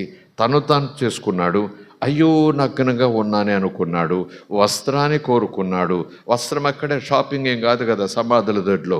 యేసు ప్రభుతో పాటు ఉన్న శిష్యులు వస్త్రం, పై వస్త్రాలతో ఉండేవారు కదండి. నిలువుటంగి మాత్రమే కాకుండా పెద్ద దుప్పట్ల మాదిరిగా వస్త్రాలు వేసుకుండేవారు. ఒక వస్త్రం, పై వస్త్రం ఒక ఆయన ఇచ్చాడు, వస్త్రమును ధరించుకున్నాడు, నగ్నత్వాన్ని దాచుకున్నాడు. స్తోత్రం కలుగునుగాక. Praise the Lord. Hallelujah. Yesu ప్రభుతో కాళ్ళ దగ్గర కూర్చొని మాట్లాడుతున్నాడు. అప్పటికే ఊరువాడ వచ్చేసారు అక్కడికి, వింతగా చూస్తున్నారు. మరొక సంగతి ఏంటయ్యా అంటే, అంత బుద్ధి కలిగిన వాడు యేసు పాదం దగ్గర కూర్చున్నాడు, తాను స్థితులన్నీ తెలుసుకున్నాడు, వస్త్రం ధరించుకున్నాడు. ఆ తర్వాత యేసయ్య దగ్గర ఒక విజ్ఞాపన పెట్టాడు, ఒక రిక్వెస్ట్ పెట్టాడు. ఏమని? నేను నీతో పాటు వచ్చేస్తా, నేను నీతో పాటు వచ్చేస్తా. స్తోత్రం కలుగునుగాక. నీ అడుగులో అడుగు వేస్తే నీతో నేను సమస్తం. ఊరు వదిలేసింది, సమాజం వదిలేసింది, కుటుంబం వదిలేసింది. ప్రేమ లేక కాదు, నా స్థితిని బట్టి, నాలో ఉన్నటువంటి ఆ ప్రత్యేకమైన అపవిత్రతను బట్టి వాళ్ళకి నేను నిరుపయోగం అయిపోయాను, వాళ్ళకి ఎందుకు పనికిరాని వాడిని అయిపోయాను. లోకం వదిలేసింది. చచ్చిపోకుండానే నేను చచ్చిపోతే బాగుండను అనుకుంది. ఎప్పుడు చస్తాడరా బాబు అని చూసింది. చివరికి చచ్చిపోయాడు అనుకుంటూనే జనాభా లెక్కల్లోంచి కూడా తీసేశారేమో నన్ను. కానీ నిజానికి నన్ను బ్రతికించావు, నాకు ఒక బ్రతుకునిచ్చావు. నీ తోడిదే నా జీవితం, నీ సేవ చేసుకుంటూ నీ వెనకాల వచ్చేస్తాను. స్తోత్రం కలుగునుగాక. దేవుని మనకి స్తోత్రం కలుగును గాక. ఎందుకు ఆ సన్నివేశం చెప్పానంటే, ఈ యేసును ప్రేమించాలట, యేసును ప్రేమించాలట, యేసును ప్రేమించాలట, ఏంటి షరతు, ఏంటి హడావుడి, ఏంటి ఉపదేశాలు, నాకు ఇష్టాలు ఉండవా, నాకు కొన్ని కోరికలు ఉండవా, నాకు లోకం ఏదో కావాలనుకోవటం ఉండదా అని లోకం అలా ఏడిస్తే ఏడవచ్చేమో కానీ దేవుని పిల్లలకు అలా ఏడవటం కాదు, అలాంటి ఏడిపేమనకు ఉండకూడదు. నాకంటే ఇష్టాలు ఉంటాయి కదా అంటే యేసుప్రభువు గుర్తించాడు, నీకు ఏది ఇష్టం అడగన్నాడు. నీ ఇష్టం లేని దానిగా నేను ఉండమంటలేదు, నన్ను ఉండమంటలేదు. నీకు ఏది ఇష్టం అడుగు, నీకు ఏదో ఇష్టాలు ఉంటాయి కదా అడుగు. కానీ ఎలాంటి స్థితిలో నుంచి నేను ఏ స్థితికి తీసుకొచ్చాడు, ఎలాంటి నగ్నత్వంలో నుంచి ఎలాంటి వస్త్రము ధరించే స్థితికి నేను తీసుకొచ్చాడు, ఎంత బుద్ధిహీనత నుంచి ఎంత జ్ఞానమిచ్చి నేను నడిపించాడు, ఎలాంటి చీకటి పాతలో నేను వెలుగునిచ్చి వెలుగి తన వెలుగులో నిలబెట్టేశాడు. ఆ దేవుని ఇష్టం తర్వాతే నీకు ఇష్టం ఉండాలి కదా. నీ ఇష్టాన్ని ముందు కాదు, దేవుని ఇష్టం తర్వాత కాదు. దేవుని ఇష్టం ఆదివారం, సోమవారం, శనివారం వరకు నా ఇష్టం. దేవుని ఇష్టం నేను ఉపవాసాలు చేసినప్పుడే, ఆ తర్వాత నా ఇష్టం. అది పద్ధతి కాదు. కనుకనే పద్ధతి కాదని నాకు తెలియాలంటే అది ఎందుకు పద్ధతి కాదు నేనంటే కృతజ్ఞత ఉండొద్దా నీకు? దేవుని ప్రేమించలేవా? ఇలాగ నువ్వు కార్యాలు చేస్తే, నువ్వు అడగకుండా కార్యాలు చేస్తే, నువ్వు కోరుకోకుండా కార్యాలు చేస్తే, నీకోసం ప్రాణం పెట్టేస్తే, నా ప్రాణం, నా ఇష్టం, నా అందమే ముఖ్యం అనుకుంటున్నావు, నాకు ఫ్యాషన్లే ముఖ్యం అనుకుంటావు, లోకాన్ని సంతోషపెట్టడమే నాకు ముఖ్యం అనుకుంటావు, లోకాన్ని సంతోషపెట్టడమే నాకు ముఖ్యం అనుకుంటావు, దేవుడిని కాస్త పక్క పెట్టాలి అనుకుంటాం. ఇది నీకు తగునా, నాకు తగునా, మనకు తగునా? తగదు. స్తోత్రం కలుగునుగాక. Praise the Lord. హల్లెలూయా. ఏంటంటే యేసయ్యకు అంత దీనంగా అడగటము, ఆ దీనంగా అడుగుతున్నాడా, కోపంగా అడుగుతున్నాడా, మీరే నేనే పరిశీలన చేసుకోవచ్చు ఎవరికి ఇచ్చిన అవగాహన బట్టి. యేసు ప్రభు నాకు తెలియదు, ఆయనకి నాకు సంబంధం లేదు, ఒట్టు అన్నాడట పేతురు. ఏమండి, ఒకప్పుడు కొద్ది రోజుల ముందే, నెల ముందో వారం ముందో నాకు తెలియదు, కొద్ది రోజుల ముందే సాతానా పో వెనక్కని గద్దించాడు యేసు. మరొక సన్నివేశంలో అపవాది మిమ్మలను జల్లించుటకు సిద్ధంగా ఉన్నాడు, ప్రార్థన చేసుకోండి. నేను కూడా ప్రార్థన చేస్తున్నాను, భయపడకండి. స్తోత్రం కలుగునుగాక. అపవాది మిమ్మలను జల్లించుటకు సిద్ధపడుతున్నాడు. He's ready, he's waiting for the opportunity. వాడు తంత్రాల కొట్టాడు, మాయ మాటలు చెప్పేవాడు, ఎప్పుడు చొరబడదామని సందు కోసం చూస్తున్నాడు, చోటు కోసం చూస్తున్నాడు. కేర్ఫుల్, మెలకుగా ఉండండి, ప్రార్థన చేసుకోండి. నేను కూడా ప్రార్థన చేస్తున్నాను, భయపడకండి అన్నంతగానే అన్నాడు. నీకు తెలియదు అంటే ఏంటి అనకుండా, ప్రభా నీ మీద ఎవరైనా అంటే మీరు చెయ్యేస్తే, నీకు ఎవరైనా గాయం చేయడానికి వస్తే, లేదు ఆ సందర్భంలోనే నీ ప్రాణానికి నేను ప్రాణం పెడతాను, ఎవడైనా సరే నా శవం మించి వెళ్ళాలి, అప్పుడు దాకా నేను కాచుకుంటాను, నిన్ను కాపాడుకుంటాను, నీకు నేను దుర్గంగా ఉంటాను, నీ కవచంగా ఉంటాను, నీ కోసం నేను చచ్చిపోయిన తర్వాత అప్పుడు నీ చావు. ఎంత దూరం పోయాడు. పేతురే కాదండి, పేతురు మళ్ళంటుడైన వాక్యంలో ఉంది, ఏలియా మళ్ళంటుడైన వాక్యంలో ఉంది. దానికి రూపాలు, దాని అర్థాలు వేరే వేరే ఉండొచ్చు. కానీ ఈ సందర్భంగా చెప్తున్నాను, మనం కూడా చాలా సందర్భాల్లో భక్తి పొర్లిపోతుండగా నిజంగానే మనస్ఫూర్తిగానే చెప్తామేమో, ప్రభా నీకోసం ఇంత, నీకోసం అలాగా, నీకోసం ఇలాగా, నీ తర్వాత నాకెవరైనా అంటూ ఏమేమో ఆవరింపులో, అనుభూతిలో, అభిషేకంలో అనుకోండి కాసేపు, చాలా ముందుకు పోతాం. ఆ తర్వాత ప్రతికూల పరిస్థితి వచ్చినప్పుడు అవన్నీ కూడా వట్టి మూటలైపోతాయి, నీటి మూటలైపోతాయి అన్నట్టుగానే వచ్చేసింది. నీకోసం ప్రాణం పెడతానంటే యేసు పేతురు వైపు చూసి చిన్నవుతన్నాడు. ఇదిగో ఎంత మాట అన్నావు, జ్ఞాపకం పెట్టుకో. కోడి ముమ్మారు కూయక ముందే నన్ను ఎరుగనని నీ నోటితోనే, ఈ నోటితోనే చెప్తా. ఏ నోటితో చెప్తున్నావు? నీ కోసం ప్రాణం పెడతానంటున్నావు చూసావా? నీ ఒంటి మీద ఏగ వాళ్ళనివ్వనని చెప్తున్నావు చూసావా? నీ మీద ఎవడు చెయ్యేస్తాడు నేను బ్రతకుండగా అని చెప్తున్నావా? ఈ నోటితోనే. పేతురు, ఇదే నాలుకతో, ఇదే నోటితో, ఇదే తీవ్రంగా ఒకరోజు ప్రజల మధ్యన చెప్తావు. ఇక్కడైతే నా ఎదురుగా శిష్యుల దగ్గర చెప్తున్నావు, పెద్ద ప్రసంగం. అక్కడ ప్రజల మధ్యన లోకంలో ఆ రోజు నువ్వు చెప్తావు. ఎప్పుడు? ఆయనకి నాకు సంబంధం, ఆయన నేను ఎరుగను అని ఒక్కసారి కాదు, 2 సార్లు కాదు, 3 సార్లు. ఐ డోంట్ నో హిమ్, ఆయనకి నాకు సంబంధం లేదు అని చెప్తావంటే పేతురుకు ఆ రోజు అది నిష్ఠూరంగా ఉండొచ్చు. పేతురుకు ఆ రోజు ఇలాంటి ప్రవచనం చెప్తున్నాడు ఏంటి ప్రభు అంటే అనుకోవచ్చు. నేను ఇంతగా నా కోసం, నా యొక్క సమర్పణతో ప్రభు కోసం ప్రాణం పెట్టేస్తానని ఇంత గొప్ప మాట పలుకుతుంటే ఇదేమిటి చెడు మాట్లాడతాడు ప్రభు నా కోసం? అసలు నాకు అలాంటి బుద్ధి లేదు, అసలు నాకు అలాంటి అభిప్రాయమే లేదు, అసలు నాకు అలాంటి ఆలోచన లేదు, ఇదెక్కడ మాట, లేదు చెప్తున్నాడు ప్రభు అని అనుకోవచ్చు. ఇవన్నీ కూడా నా జీవితాన్ని తాత్పర్యంగా చూసుకోవచ్చు, మీ జీవితాన్ని తాత్పర్యంగా చూసుకోవచ్చు. ఏ నోటితో ప్రభు అంటున్నామో ఆ నోటితోనే, ఏ చేతితో ప్రభు అంటున్నామో ఆ చేతితోనే, ఏ కళ్ళతో ప్రభు అంటున్నామో ఆ కళ్ళతోనే. ఓ మై గాడ్, హల్లెలూయా. ఏ ప్రజల మధ్యన యేసునా దేవుడని ప్రార్థన చేస్తున్నామో ఆ ప్రజల మధ్యనే కొన్ని సన్నివేశాలు, కొన్ని సందర్భాలు ఆయనకి మనకు సంబంధం లేదన్నట్టుగా మనం నడుచుకుంటాం, ఆయనకి మనకు సంబంధం లేదన్నట్టుగా మనం మాట్లాడేస్తాం. అసలు యేసెవరు అవునా అన్నట్టుగా మన వైఖరి ప్రజల మధ్యన ఉంటుంది. ప్రభు ఆ రోజు పేతురుతో అన్నట్టుగా ఒక మాట వరుసకు బోధ చేసే విషయంలో మాట్లాడుకోవటం కాదు, కానీ ఈరోజు ప్రభు నా నోటిలో ఈ మాట చెబుతూ నాతో మీతో మాట్లాడుతున్నాడు. ఏమనంటే ఈ నోటితోనే పేతురు, ఈ నోటితోనే ఒక్కరోజు నువ్వు చెప్తావు, ఈ నోటితోనే, ఈ నాలుకే, ఈ పెదాలే, నాకేం సంబంధం లేదు ఈయనతో అంటాం. అసలు కలలో కూడా అనను అని కూడా పేతురు గుండె మీద చేసుకుని చెప్పొచ్చు. ఒకవేళ యేసు ముందుకు వెళ్ళిపోతుంటే వెనకాల కూడా తనలో తనుకోవచ్చు, అస్సలు ప్రసక్తి లేదు ఇలాగన్నాడు యేసే కాదు.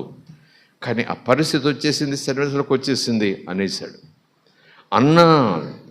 యోహాను సువార్త చివరి అధ్యాయం చూస్తే చేపలు పట్టుకోవటానికి పోయాడు, ఇసుక లేడని. మేము కూడా వచ్చేస్తామని చేపలు పట్టి అలవాటు ఉన్న వాళ్ళు కూడా ఆయన కూడా పోయారు. ఒడ్డు మీద నుంచి ఎవరో పిలుస్తున్నారు, మీ దగ్గర భోజనం చేయడానికి ఏమైనా ఉందా తినటానికని. ఏమీ లేదు అన్నారు ఆ పడవలోంచి దూరంగా. మీ కుడి చేతికి వల వేయండి అన్నాడు. కుడి చేతికి వల వేశారు, విస్తారమైన చేపలు పడ్డాయి. వెంటనే పేతురుకి జ్ఞానోదయం అయిపోయింది. ఒకప్పుడు ఇలాగే యేసు నన్ను సంధించాడు, నా చేత చేపలు పట్టించాడు. ఇది అదే మాట, అదే స్వరం, అదే నడిపింపు, అదే ఆలోచన, అదే ఓదార్పు, అదే ధైర్యం. ఇంకెవరు? యేసు. స్తోత్రం కలుగునుగాక. ఆ తర్వాత ఏం జరిగింది? చాలా సన్నివేశం జరిగింది. చివరికి యేసు అన్నాడు, ఏం అడగలేదు, పేతురు నన్ను ప్రేమిస్తున్నావా? సబ్జెక్ట్ అది, డూ యు లవ్ మీ? ఇప్పుడు ప్రభు వల్లంటే ఇది రొట్టె ద్రాక్షరసం అంటూ ప్రార్థన చేసుకుంటూ ఒక శిలువ ధ్యాన కీర్తన పాడుకుంటూ ఏదో మైమర్చిపోతూ మనం వెళ్ళిపోతాం. కానీ మన చేతుల్లో తీసుకున్నది nothing but love of God. ఆ ద్రాక్షరసం nothing but the blood of Jesus out of love. దైవికమైన, ప్రాణప్రదమైన, పవిత్రమైన, అసలు ఈ లోకంలో ఎవరు కూడా రక్తం చిందించరు పనికి మాలిన కుష్ఠువుడి కోసం, వ్యభిచారి కోసం, హంతకుడి కోసం. అలాంటి వాడు కోసం పైనుంచి దిగొచ్చిన మహానుభావుడు, పరిశుద్ధుడు, పాపమే తెలియనివాడు, పాపమే లేనివాడు, పాపి కోసం ప్రాణం పెట్టిన అది మామూలు ప్రేమ కాదు, ఇది మామూలు రొట్టె కాదు, అది మామూలు శరీరం కాదు. ఆ ప్రేమ మన చేతుల్లోకి వస్తూ ఉండగా ఆ ప్రేమను మనం ఇలా చూసి ఆ ప్రేమను ఆకాశం తట్టెత్తి ఆ ప్రేమ పట్ల ప్రేమను గుర్తిస్తూ, తండ్రి మీకు కృతజ్ఞత, ఈ ప్రేమను నా కోసం త్యాగం చేసావా, నా కోసం ఇచ్చేసావా, ఈ ప్రేమ నాకు కావాలని నువ్వు అనుకోలేదా తండ్రి, ఈ ప్రేమ నా కోసం కిందికి పంపేశావా, ఈ ప్రేమ నా చేతుల్లో పెట్టేశావా, ఈరోజు ఈ చేతుల్లో ప్రేమ ఉందంటే ఈ ప్రేమ నేను పొందుకోగలుగుతున్నానంటే, ఈ ప్రేమ ద్వారా నీ ప్రేమ సామర్థ్యం రాగలుగుతున్నానంటే నేను నిన్ను ప్రేమిస్తూ కృతజ్ఞత చెల్లిస్తా. తినటం కృతజ్ఞత కాదు, కృతజ్ఞతతో తినాలి, కృతజ్ఞత ప్రార్థన చేసుకుంటూ తినాలి, దైవికంగా తినాలి, పశ్చాత్తాపంతో తినాలి, అవగాహనతో తినాలి, ఎవరికి వారే పరీక్షించుకుంటూ దాన్ని స్వీకరించాలి. లేఖనాలు ఉన్నాయి. ఈరోజు ప్రభు మన ముందు పెడతాడు, ఇది ప్రేమ, ప్రభు నీ పట్ల ఉంచిన ప్రేమ, నీ పట్ల నా పట్ల చూపించిన ప్రేమ. ఇది మామూలు ప్రేమ కాదు. పుస్తకాలు ఎవరు రాయలేరు, కళాలతో రాయలేరు, నోటుతో పాడలేరు, అసలు ఎక్కడా దొరకదు. పరలోకంలో కూడా ఉండేది ఇలాంటి ప్రేమ. ఆ ప్రేమ యేసు నీ చేతుల్లో పెట్టాడు.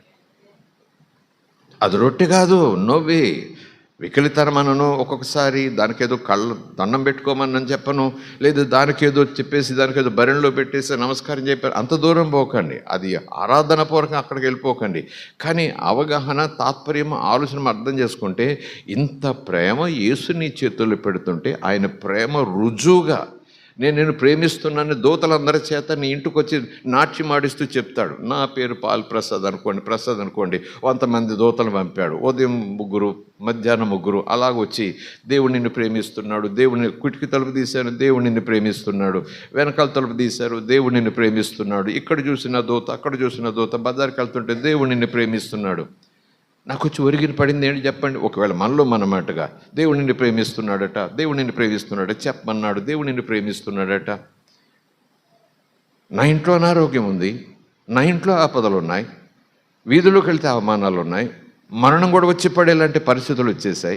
ఇక్కడ దూతలందరూ పరలోకం నుంచి వచ్చేసి ఆ రోజు 100 కాపలతో పాడుతున్నట్టుగా నా ఇంటి వెనుక, నా ఇంటి ముందు, నా ఇంట్లో రోజు యేసుని ప్రేమిస్తున్నాడు, యేసుని ప్రేమిస్తున్నాడు, ఇది తెలుసా, యేసుని ప్రేమిస్తున్నాడు తెలుసా, సంబరపడిపో, సంతోషపడిపో, యేసుని ప్రేమిస్తున్నాడంటే ఒకరోజు నేను అనేస్తాను, ముందు పాట బాగుంది, మాట బాగుంది, దూతలు వచ్చారు, ఆహా ఓహా అనుకున్నాను, కానీ నేను చచ్చిపోతున్నాను ఈ వ్యాధితో, నా ఇంట్లో ఇలాగున పతనమయ్యే స్థితిలో ఉన్నాను, నా యొక్క ఆర్థిక స్థితి, నా యొక్క ఆత్మీయ స్థితి, నా సమస్తం కూడా అపవాది దొంగిలించకపోతే అవమానం పాలైపోయే స్థితిలో నేను ఉన్నాను. ఈ ప్రేమ ప్రేమ ప్రేమ అని దూతలు వచ్చి నాకు మాటలు చెప్పటమేంటి? నిజంగా దేవుడు నన్ను ప్రేమిస్తే, నిజంగా యేసు నన్ను ప్రేమిస్తే నాకు స్వస్థత కావాలి, నా బ్రతుకు బాగవ్వాలి, నా ఇంట్లోకి శాంతి రావాలి, నా ఇంట్లో సమాధానం రావాలి, నేను బయటికి వెళ్ళిన శాంతి ఉండాలి, లోపల వచ్చి శాంతి ఉండాలి, అప్పుడు యేసు నన్ను ప్రేమిస్తున్నాడని తెలుసుకుంటా. అలా అనకముందే ఆయన అన్నీ చేసేసాడు. స్తోత్రం కలుగునుగాక. ప్రైజ్ లార్డ్, హల్లెలూయా. ఇప్పుడు మన విధి ఏంటి చెప్పండి? మనం అడగకముందే యేసు నిన్ను ప్రేమిస్తున్న చెవిని ఇల్లు కట్టుకుని చెప్పనట్టు చెప్పకపోయినా ఆయన ముందే ప్రేమిస్తున్నానని చెప్పటానికి ముందే, నీ చెవిలో నా చెవిలో ఆ శుభవార్త వేయటానికి ముందే, దూతల చేత ఆ మాట జ్ఞాపకం చేయటానికి ముందే ఆ ప్రేమకు రుజువు చూపించేశాడు. ఆ రుజువు పరలోకంలో కాదు, ఆ రుజువు తండ్రి కొడుకులు ఇద్దరు కూడా రహస్యంగా ఆ వెలుగులో ఎక్కడో తెరవనక చేసింది కాదు. అతి పరిశుద్ధ స్థలమైన ఆ ప్రత్యక్ష గుడారపు ఆ 3వ భాగంలో కాదండి, పరలోకంలో చేయలేదు. పబ్లిక్గా భూమి మీద, పబ్లిక్గా లోక మధ్యన, పబ్లిక్గా అందరూ చూస్తుండగా, స్తోత్రం కలుగునుగాక. శిలువ మీద వేలాడిన రీతి, గాయపరచబడిన రీతి, తిట్టించుకున్న రీతి, ఉమ్ములించుకున్న రీతి, ఆ కొరడా దెబ్బలు, ఆ ముళ్ళ కంపలతో కిరీటం, భక్తి చేశాను ధర్మశాస్త్రం పాటించాను అన్నవాడు ప్రతివాడు కూడా ఈయన పనికి మాలిన మాటలు అంటమే. ఈరోజు కూడా అదే భక్తి దేవుడు అంటూ ఏమేమో అవతారాలు, ఏమేమో వస్త్రాలు వేసుకొని నానా రకాలుగా దూషిస్తున్నారు, నానా రకాలుగా యేసునామాన్ని కామని వస్తున్నారు. వాళ్ళకి తెలియదని మీరు నేను కాదు, యేసుప్రభువే చెప్పాడు శిలువ మీద, వీరేం చేస్తున్నారు వీరికి తెలీదు. యూట్యూబ్లో వీడు ఇలాగ అంటున్నాడు, అక్కడ అలాగంటున్నాడు, వీడేంటి ఇలాగా, యేసు ఎందుకు చూస్తూ ఊరుకుంటాడు, వీడు నాలుక చీల్చేయాలి, వీడికి పక్షపాతం వచ్చేయాలి, ఈ యూట్యూబ్ ఛానల్ క్యాన్సిల్ అయిపోయి అసలు ఇలాంటివన్నీ కూడా గవర్నమెంట్ బ్యాన్ చేసేయాలని నీలో నాలో మంట వచ్చేస్తూ ఉంటుంది కదా అప్పుడప్పుడు. యేసు ఎందుకు చేయటం లేదు, ఎందుకు చేయలేకపోతున్నాడు, చేతకానివాడు అంటే అప్పుడే చేయలేదు. ఎప్పుడు చేయలేదు? తండ్రి వీరేం చేయుచున్నారు, వీరికి తెలీదు, వీరిని క్షమించు అనగానే దాని వెనకాల ఏముంటుంది చెప్పండి? కాపాడు, దీనికి తగిన శిక్ష వారి మీద రాకుండా కాపాడు. క్షమించు అంటున్నాడంటే నేను క్షమిస్తున్నాను, నువ్వు కూడా క్షమించయ్యా. స్తోత్రం కలుగునుగాక. నువ్వు క్షమించిన తర్వాత నేను క్షమిస్తాను కాదు, నేను క్షమిస్తున్నాను, వీళ్ళకి తెలియక చేస్తున్నారు. ఈ మధ్యాహ్నం ప్రభు ఈ మాట అంటే అనడా అనేది వదిలేసేయండి. ఒకవేళ అంటే నీకు ఎదురుగా వచ్చి అంటే, నువ్వు ఒంటరిగా ఉన్నప్పుడు అంటే, ఈ మధ్యాహ్నం ఆరాధనలో మన ఎదురుగా ఇలా వేదికనెక్కి అంటే, తెలియని వాడు ఏదో చేస్తున్నాడు, వాడు తెలియక చేస్తున్నారు. సంగమా మరి నీ సంగతి ఏంటి? బాబు మరి నీ సంగతి ఏంటి? బిడ్డ మరి నీ సంగతి ఏంటి? నేను ఎవరో తెలుసు కదా, ఎక్కడి నుంచి వచ్చానో తెలుసు కదా, నీకోసం ఏం చేస్తారో తెలుసు కదా, రోజు ఏం చేస్తారో తెలుసు కదా, నీకోసం పరలోకంలో ఏవి రెడీ చేస్తున్నానో తెలుసు కదా, నీకోసం ఇలా కాపాడుతున్నా, దూతలు కూడా పంపించి కాళ్ళకు రాయి తగలకుండా ఎత్తి పట్టుకోవడానికి అన్ని ఏర్పాట్లు చేశాను కదా అనుకోండి కాసేపు. But what about you?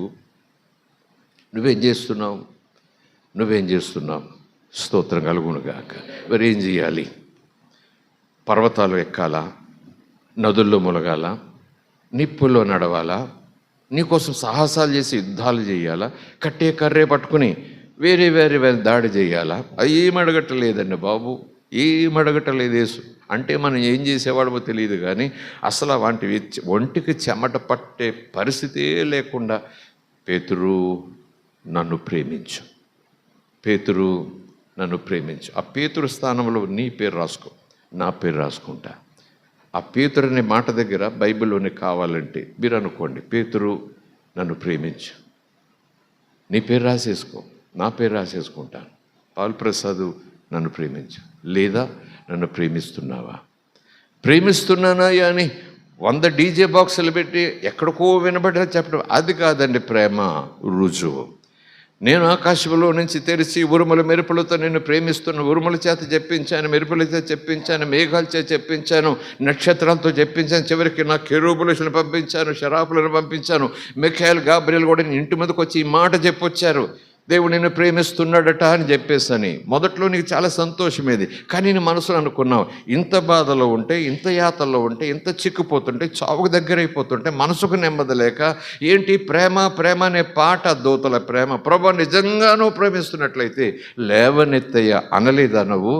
లేవనెత్తి నా ప్రేమను రుజువు చేసుకున్నాను, ప్రేమ కలిగి ఉన్నాను గనక లేవనెత్తాను.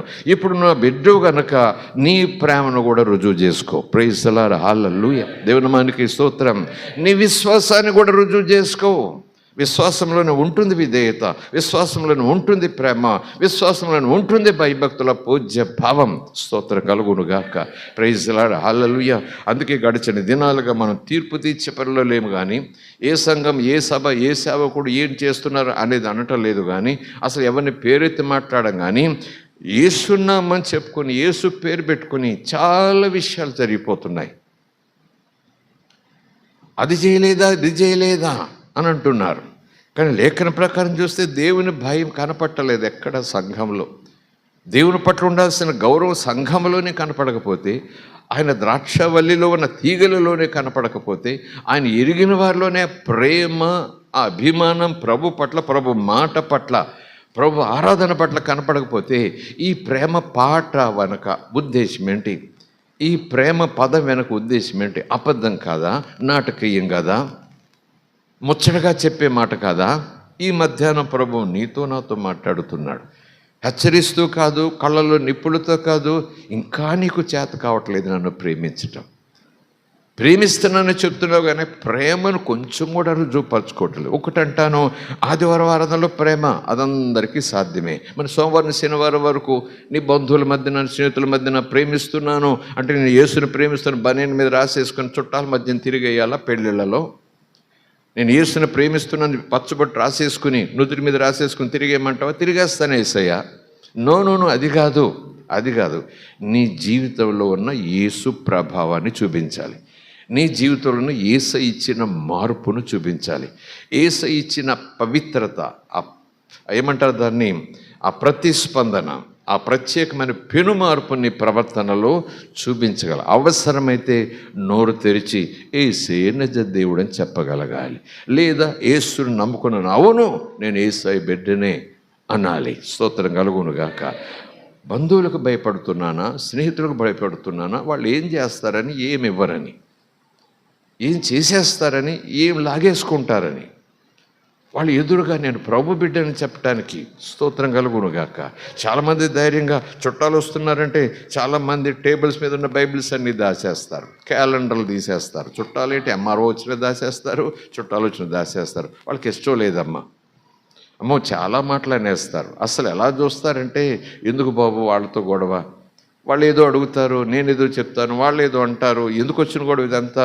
ఈ బైబిల్ వాళ్ళు వెళ్ళేదాకా పరుపు కింద పెట్టేస్తే, వాళ్ళు వెళ్ళేదాకా క్యాలెండర్ చుట్టేసి వెనక్కి తిప్పేస్తే, వాళ్ళు వెళ్ళేదాకా వాళ్ళతో పాటు సరదాగా ఆ బంగారాల గురించి ముచ్చట్లు మాట్లాడేస్తే, వాళ్ళు వెళ్ళిపోగానే మళ్ళీ బైబిల్ తెచ్చుకుని టేబుల్ పెట్టేసుకుంటా. పాస్టర్ గారు వస్తారు, విశ్వాసాలు వస్తారు, ఏమో అమ్మో నా బిడ్డలు బైబిల్ చదువుతున్నారు అనుకుంటారేమో. యేసయ్య ఈరోజు చిన్న చిన్న ఉదాహరణలు మన ముందు పెడుతున్నాడు. ఎవరికి భయపడుతున్నావు? ఎవరికి భయపడుతున్నావు నువ్వు? ఎవరికి భయపడాలి? ఎవరి ప్రేమ కోసం ఆత్రత పడుతున్నావు? అసలు ఎవరి ప్రేమ కోసం నువ్వు ఆత్రత పడాలి? అసలు ఎవరు ప్రేమించారని నీకు రుజువైంది? వాళ్ళని ఏమన్నా ప్రేమిస్తున్నారా? వాళ్ళ ప్రేమలని ప్రేమిస్తున్నావు అనుకుంటున్నావేమో, అవన్నీ లోకపు ప్రేమలు. నువ్వు బాగుంటే వస్తాయి, నువ్వు ఆరోగ్యంగా ఉంటే వస్తాయి, నువ్వు ఆ ధనంతో ఉంటే వస్తాయి, నువ్వు పదవులు ఉంటే వస్తాయి. ఏమాత్రం నీ బలహీనమైనా సరే వదిలించేసుకుంటాయి. నీ ఇంటికి కాకిన కూడా పంపవు. ఈ లోక ప్రేమల వెనుక నువ్వు పడేది, ఇలాంటి ప్రేమలు కలిగిన వారికా నువ్వు భయపడేది, ఇలాంటి ప్రేమలు కలిగిన వారి కోసమా నువ్వు బైబిల్ దాచేసేది? స్తోత్రం, hallelujah, praise the Lord, hallelujah. దేవుని నామానికి స్తోత్రం. సమయం అవుతుంది కాబట్టి ఇంకా ముందుకు వెళ్ళి చెప్పొచ్చు, కానీ ప్రభు ఇక్కడిక్కడే చెప్తున్నాడు. కానీ ఏమంటున్నానంటే ప్రభు పట్ల మనము భయము కలిగి భక్తి కలిగి ఉండాలి. చాలా సందర్భాల్లో ప్రభు ముందు చాలా సంవత్సరాల నుంచి ఈ మాట చెప్పుకుంటూ వస్తున్నా. ప్రార్థనలో చెప్పిస్తున్నాడు పరిశుద్ధాత్ముడు. చాలా సందర్భంలో మాట చెప్పేటప్పుడు నాకు తెలియకుండానే కళ్ళల్లో తడి వచ్చేస్తుంటుంది. పశ్చాత్తాపం కాదు, ఏమో ఆ తడి, కానీ ఆ మాట అనుభవంతో అతిశయంతో గర్వంతో నేనెంత ప్రార్థనని కాదు. అది అవునా కాదా, మంచిదే కాదా మీరే చూసుకోండి. ఒక మాట పదే అన్నప్పుడు నాకు ఏడుపు వస్తుంది. నీ ఎదురుగా నేను నటించనయ్యా, నీ ఎదురుగా నేను నాటకాలు ఆడనయ్యా. నటించి నాకేం ప్రయోజనం? నీ ముందు నేను కోటింగ్ వేసుకుంటే ఏం ప్రయోజనం? యేసయ్యా, నాకు బుద్ధి జ్ఞానం ఉంటే నీ ముందు నాటకాలా? నేను నీ ముందు ఏ ముఖం పెట్టుకుని నటించను? నా బ్రతుకంతా తల్లి కడుపులో ఉండగా నువ్వు చూసావు. స్తోత్రం కలుగునుగాక, హల్లెలూయా. కనుక అది సేవ కావచ్చు, ప్రార్థన కావచ్చు, మరొకటి కావచ్చు. నా సేవ కానీ నా పని కానీ నటన కాకూడదు. నటన కానప్పుడే నేను యథార్థవంతుడుగా నీ ముందు నిలబడతాను. స్తోత్రం కలుగునుగాక, దేవుని నామానికి స్తోత్రం. బైబిల్ చదువుతున్నట్టు ఎవడి కోసం నటించాలి? బైబిల్లో వాక్యం చదువుతున్నట్టు ఎవడి కోసం నటించాలి? చర్చకొస్తున్నట్టు ఎవడి కోసం నటించాలి? భక్తి కలిగి ఉన్నట్టు ఎవడి కోసం నటించాలి? ఎవరిని మెప్పించడానికి? అమ్మను మెప్పించగలమేమో, నాన్నను మెప్పించగలమేమో, లేదా ఇతర చుట్టుపక్కల ఉన్న వారిని కూడా ఒకవేళ మనం మైమర్చిపోయేలాగానే చేయగలమేమో మన భక్తి వేషాలతో. కానీ ప్రభు అంటాడు చిరునవ్వుతో, నా ముందు నువ్వు కోటింగ్ వేయగలవా? Can you come on do it? ఎన్ని వేషాలు వేస్తే నువ్వు కనపడకుండా ఉంటావు అంటాడు. అందుకే ప్రభు దగ్గర అలాంటి బ్రతుకు నాకొద్దు. ఆ బ్రతుకుట కన్నా నీ కాళ్ళ దగ్గర బ్రతుకును ముగించుకోవటమే మంచిది. వేషం వేసి సేవ చేసే కన్నా వేషం వేయని నిజాయితీ సేవ కొంచెం చేసిన చాలయ్య.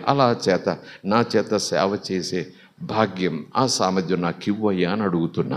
అన్నప్పుడల్లా ఏడుపు వస్తుంది నాకు. స్తోత్రం కలుగునుగా, హల్లెలూయా. మీరైనా నేనైనా అదే తలపుతో ఉండాలి. వద్దు, అస్సలు మీరు అలా ఉంటారని కాదు, నాకన్నా బాగా ప్రార్థన చేస్తూ ఉండొచ్చు, కానీ ఈ భావన మీలో కూడా రావాలి. మీరు నేను యేసును మెప్పించాలి. నోవే నా భక్తి ఎవరికో చూపిస్తే కాదు, నా భక్తికి ఎవరికో వినిపిస్తే కాదు, అది తర్వాత.